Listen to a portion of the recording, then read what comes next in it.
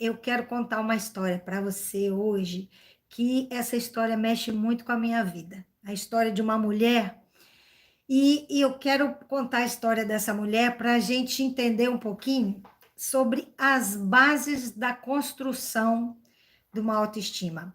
A gente tem falado a respeito de rejeição, e eu falei para você quais são as causas da rejeição. E geralmente essas dificuldades estão na infância, no nosso relacionamento de infância. Então, nós tivemos dificuldades quanto a isso por causa dessa base da nossa infância, do relacionamento com nossos pais, pessoas significativas da nossa vida.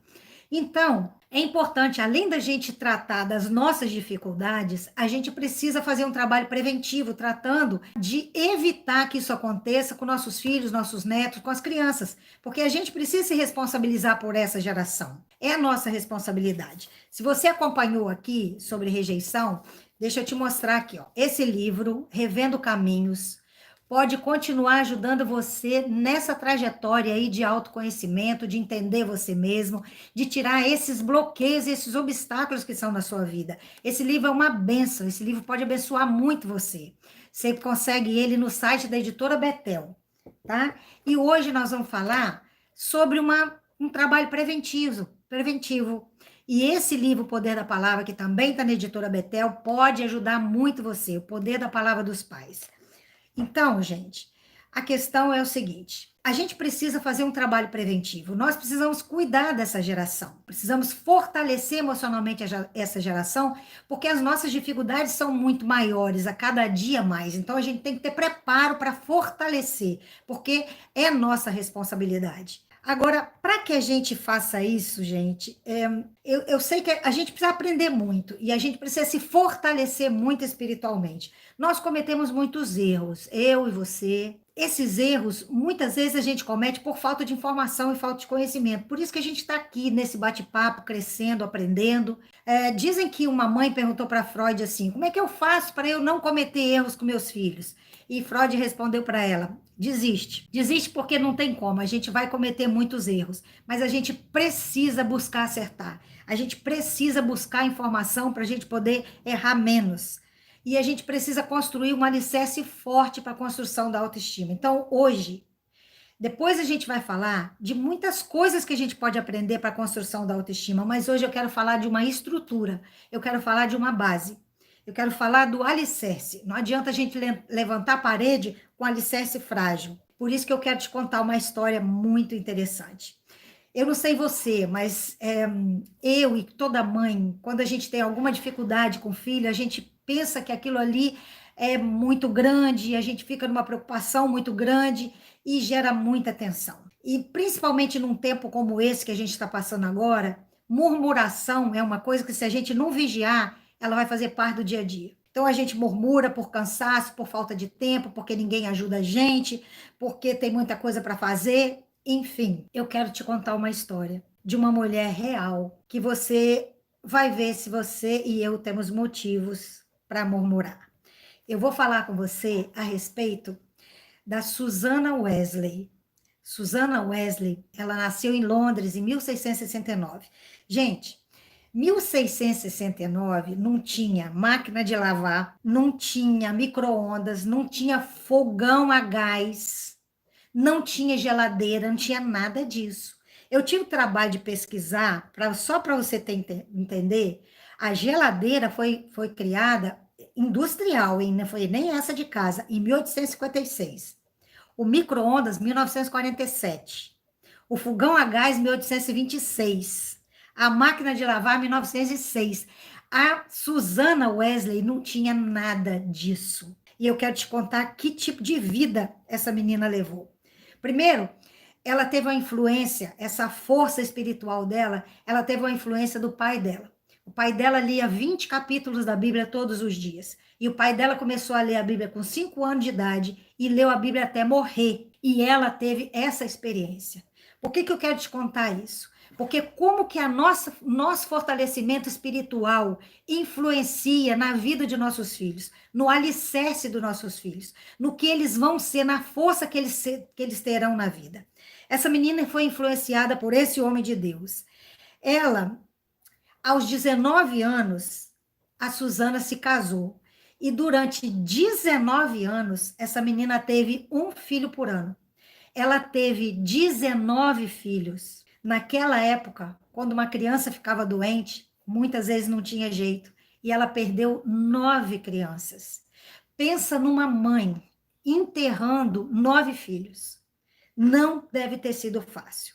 A vida dessa mulher foi uma vida muito difícil. 2 dos filhos dela, você já ouviu falar, eu imagino. Você que conhece um pouquinho da trajetória cristã, da igreja, você deve conhecer. Susana Wesley foi mãe de Charles Wesley e John Wesley. Charles Wesley, ele compôs milhares de hinos que hoje ainda são cantados. Olha a época que eles nasceram. John Wesley foi o 15º filho dela, e John Wesley foi um grande pregador. John Wesley, ele pregou para quase 1 milhão de pessoas. Esse homem escreveu mais de 42 mil mensagens. Ele viajou a cavalo 400 mil quilômetros pregando o evangelho. Aonde ele chegava, ele levava o avivamento. Pensa na força desse homem. Agora pensa de onde veio essa força. Veio dessa mãe, de uma mulher fantástica. John Wesley, ele pregou com 70 anos, ele era um pequeno grande homem, porque ele tinha 1,60 m, 58 quilos, quando tinha 70 anos, e ele pregou para 32 mil pessoas sem microfone. Agora, quem foi essa mulher? Quem foi essa mãe? Gente, essa mulher teve tanta dificuldade na vida, que quando eu penso que tem alguma coisa difícil na minha vida, eu lembro dela. E é por isso que eu estou te contando, para que você possa tirar força dessa história e levantar a cabeça e entender que eu e você temos uma grande missão nessa vida. Essa mulher entendeu isso, que ela tinha uma grande missão. E a missão dela, o ministério dela era a casa dela, a família dela, a igreja que ela tinha que manter. Essa mulher, ela não tinha uma família perfeita. Com certeza, ela tinha muitas dificuldades. E uma delas era que o marido dela tinha uma dificuldade muito grande com a organização de dinheiro, foi preso até uma vez por causa de dívida, fazia muita dívida, tinha sempre muita dificuldade financeira, então ela não teve recurso financeiro. Foi uma pessoa que passou muita dificuldade. E por muito tempo, esse marido deixava ela cuidar das crianças sozinha, ele não era um colaborador o tempo todo. Ela foi uma mulher que por causa dessas dificuldades financeiras, ela plantava, né? Ela cuidava de uma horta, ela ordenhava a vaca, ela cuidava de casa e ela conseguia ainda ensinar os filhos, e ela tirava 1 hora por dia, 1 hora por semana para cada filho se sentir especial. Então, 1 hora por semana, cada filho tinha com ela, sozinho, só ela e ele. Ela não perdia uma oportunidade de passar uma lição para os filhos. Uma vez uma filha dela queria tomar uma decisão, fazer uma coisa que não ia ser legal, não ia ser uma boa escolha. E ela tentou explicar para a filha dela que não ia ser uma boa escolha, que a menina não devia fazer aquilo que ela queria fazer. Só que a filha não conseguiu entender. A filha não conseguiu aceitar o conselho dela.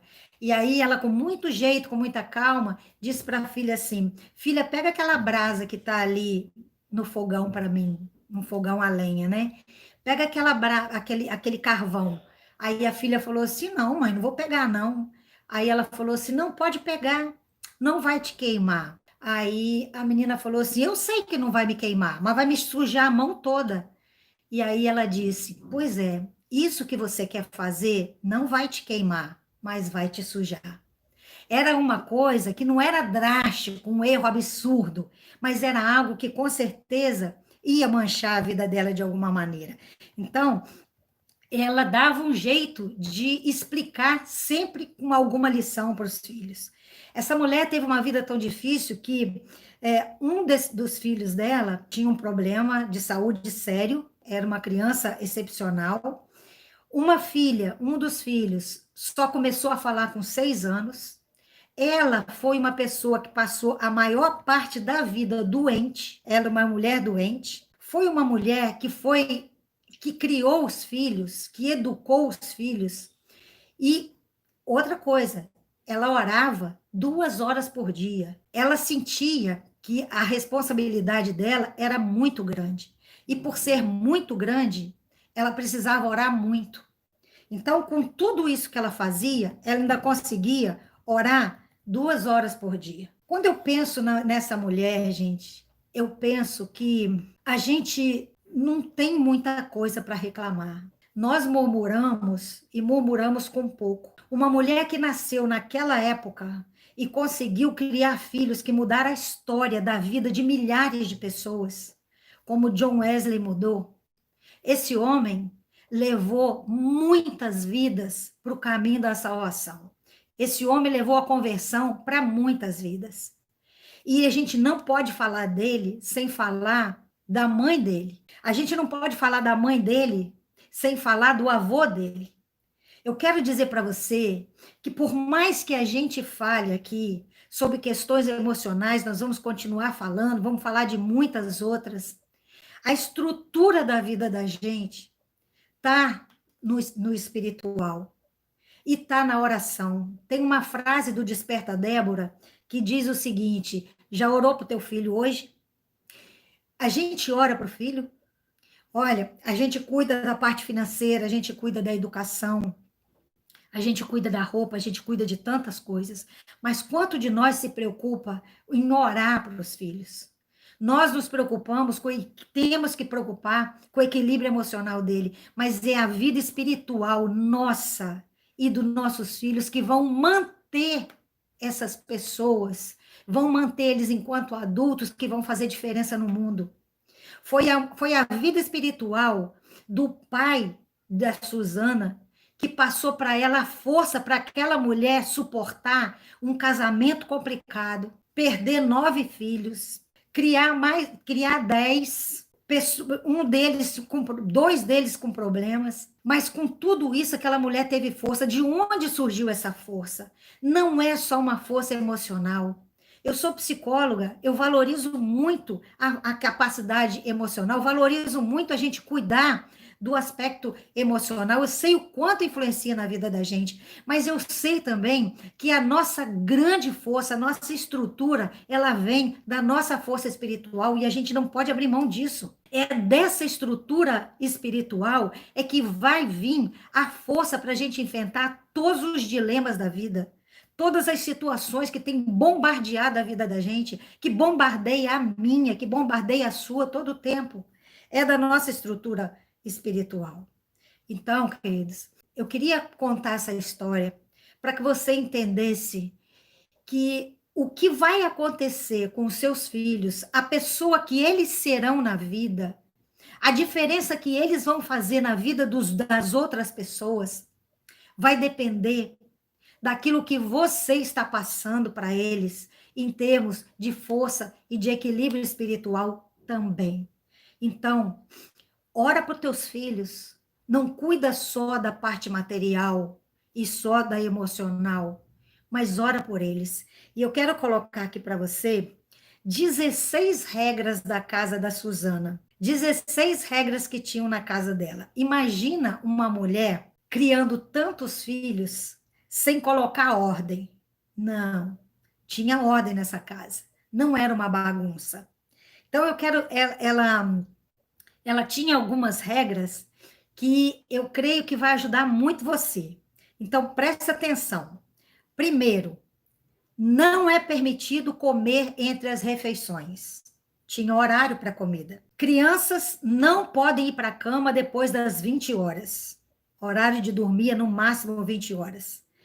Tem que tomar remédio sem reclamar. Dominar a obstinação de uma criança e trabalhar para a salvação da alma dela. Ensinar uma criança logo que ela começar a falar. Exigir que todos fiquem em silêncio durante uma adoração familiar. Não lhes dá nada que ela peça chorando, apenas quando pedir educadamente. Eu vou repetir. Porque isso, queridos, quantas mães e pais, a criança chora e para poder parar de chorar, você dá. Aí o que que ela faz? Ela aprende que se ela chorar, ela ganha. Olha que regra de ouro. Não dê nada a uma criança quando ela pedir chorando, a não só quando ela pedir educadamente. 8. Para evitar mentira, não punir um erro confessado e arrependido. Quando a criança se arrepende e confessa.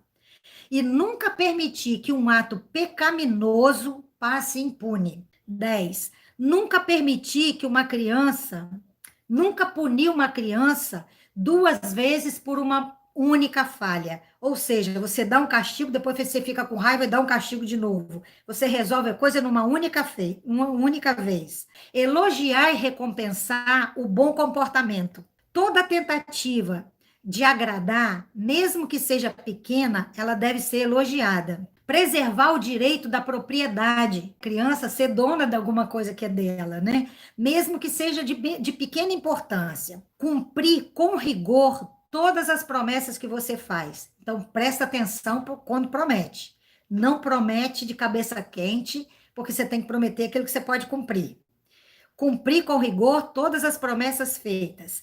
Não exigir que uma filha trabalhe antes que ela saiba ler bem. Ou seja, aprendeu a ler, tem que ajudar a fazer alguma coisa. 16. Ensinar as crianças a temerem a vara. Não quer nem dizer que você vai usar essa vara indiscriminadamente, mas ela tem que ter medo da vara. Então, gente, para uma casa funcionar, você precisa de estrutura espiritual, e para uma casa funcionar, ela tem que ter regras, ela tem que ter leis para serem cumpridas.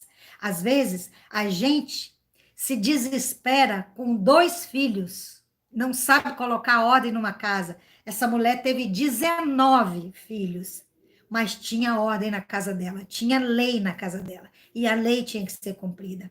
Isso facilita a vida da gente, isso fortalece emocionalmente, ajuda a fortalecer espiritualmente e faz as coisas funcionarem. Essa história me faz pensar numa mensagem que eu li uma vez, de que comparando a gente, né, pai e mãe, como uma catedral. Quem constrói uma catedral não vê a catedral construída, porque ela leva anos para ser construída. Quando a gente educa, quando a gente se dedica na criação dos nossos filhos, é como se a gente estivesse construindo uma catedral. Muitas vezes, a gente pode até não ver os frutos que vão dar no futuro, mas vão dar bons frutos se a gente fizer uma boa construção, se a gente construir com bases sólidas. Então, o segredo disso tudo é o nosso equilíbrio emocional e é o nosso equilíbrio espiritual. Olha, se Jesus não edificar a casa, em vão trabalhos que edificam. Se o Senhor não vigiar a cidade, em vão vigia os sentinelas. Então, gente, eu espero que essa história ela tenha fortalecido você, porque a mim ela fortalece muito. As regras são de outra época. A mulher forte de hoje não precisa de vara para o filho obedecer. Então, por isso que eu disse que não precisa usar. Ela nem disse que usava a vara. Ela disse: os filhos precisam temer a vara. Eu conheço muitas mães e muitos pais que não usam a vara, mas a vara existe. E a criança sabe que se ela fizer alguma coisa errada, existe punição. A vara, a Bíblia fala da vara. A vara não existe para espancar a criança, não, mas ela existe como um sinal de que, se romper limites, tem consequência. A vara é o sinal da possibilidade de uma consequência ruim. E se você souber muito bem explicar para a criança isso, essa vara nunca vai ser preciso ser usada. Agora, se a gente não colocar esse limite, se a gente não estabelecer esse limite, a criança tem a sensação de que ela pode fazer tudo o que ela quiser e que nada vai acontecer. Então, esse é o sentido da vara. Temer a vara não é punir com a vara. É lógico que, se precisar de punição, a criança vai saber que aquilo ali vai ser usado. Mas se você tiver autoridade, você nunca vai precisar de usar. Mas ela é um símbolo de que existe consequência quando a gente faz uma coisa errada. Da mesma maneira que as leis para nós são lá o sinal de que se fizer alguma coisa errada, vai para a cadeia. A vida é assim. A vida está o tempo todo. Nós vivemos numa sociedade onde todo o tempo tem limites e tem barreiras, tem sinalização. Se fizer isso, paga aquilo. Então, a gente tem sinais de limites o tempo todo na vida real. Se a gente, quando cria os filhos, a gente não mostra esses sinais de que o limite existe, que a punição existe, a criança cresce achando que ela está numa sociedade tão livre que ela pode fazer aquilo que ela quiser. Então, mostrar um sinal de que ultrapassando o limite tem punição, isso é mostrar para a criança o que é a vida real. Se a gente não educar com amor, a sociedade vai educar com furor mesmo, porque as crianças vão crescer e elas vão tentar romper as barreiras do lado de fora, do mesmo jeito que elas conseguiram romper a barreira dentro da casa da gente. Bom, outro dia a gente vai falar sobre limite, né? Sobre como que a gente pode fazer isso com sabedoria. Mas hoje, a mensagem que eu queria passar para você é que a gente vai falar a respeito de construção da autoestima da criança daqui para frente, a gente vai falar de vários temas relacionados a isso, mas essa mensagem que eu queria deixar para você é que a gente precisa de fortalecer e dar para os nossos filhos um referencial espiritual, porque é na força espiritual que eles vão sustentar a vida deles, porque dificuldades vão ter a vida inteira. Hoje a gente está passando por uma dificuldade que é só a força espiritual que faz a gente suportar isso. A gente está vivendo um drama existencial no mundo inteiro que a gente não tem a mínima ideia do que vai acontecer no futuro. E a gente só dá conta de viver isso porque se a gente tiver esperança em Deus. E é essa firmeza espiritual é que vai nos fortalecer para qualquer embate da vida. Por isso que é muito importante a gente fortalecer a espiritualidade. Então, ora pelos teus filhos. E lembra uma coisa que me chama muita atenção na vida dessa mulher. Primeiro é a organização dela, é a capacidade que ela teve de lidar com tantas coisas ao mesmo tempo. E ela não. Eu imagino que algumas vezes essa mulher deve ter falado para Deus assim: deixa eu descer para o mundo que eu quero descer, porque foi pesada a vida dela. Mas ela deu conta. E ela deu conta porque ela orava muito, ela deu conta porque ela tinha organização, e eu acredito que ela não murmurava, porque quando a gente murmura, a gente se sente vítima, né? A gente, coitado de mim, eu estou fazendo tanta coisa, a gente fica murmurando e achando que a vida é um peso para a gente, e aí você vai se enfraquecer. Então, não murmura não, ora, coloca Deus na equação, coloca Deus na base, no sustento, e mostra para o teu filho esse referencial. Ele vai crescer, assim como ela se sustentou na experiência do pai, e os filhos dela na experiência dela, nossos filhos vão ter em nós uma referência de pai e de mãe de oração.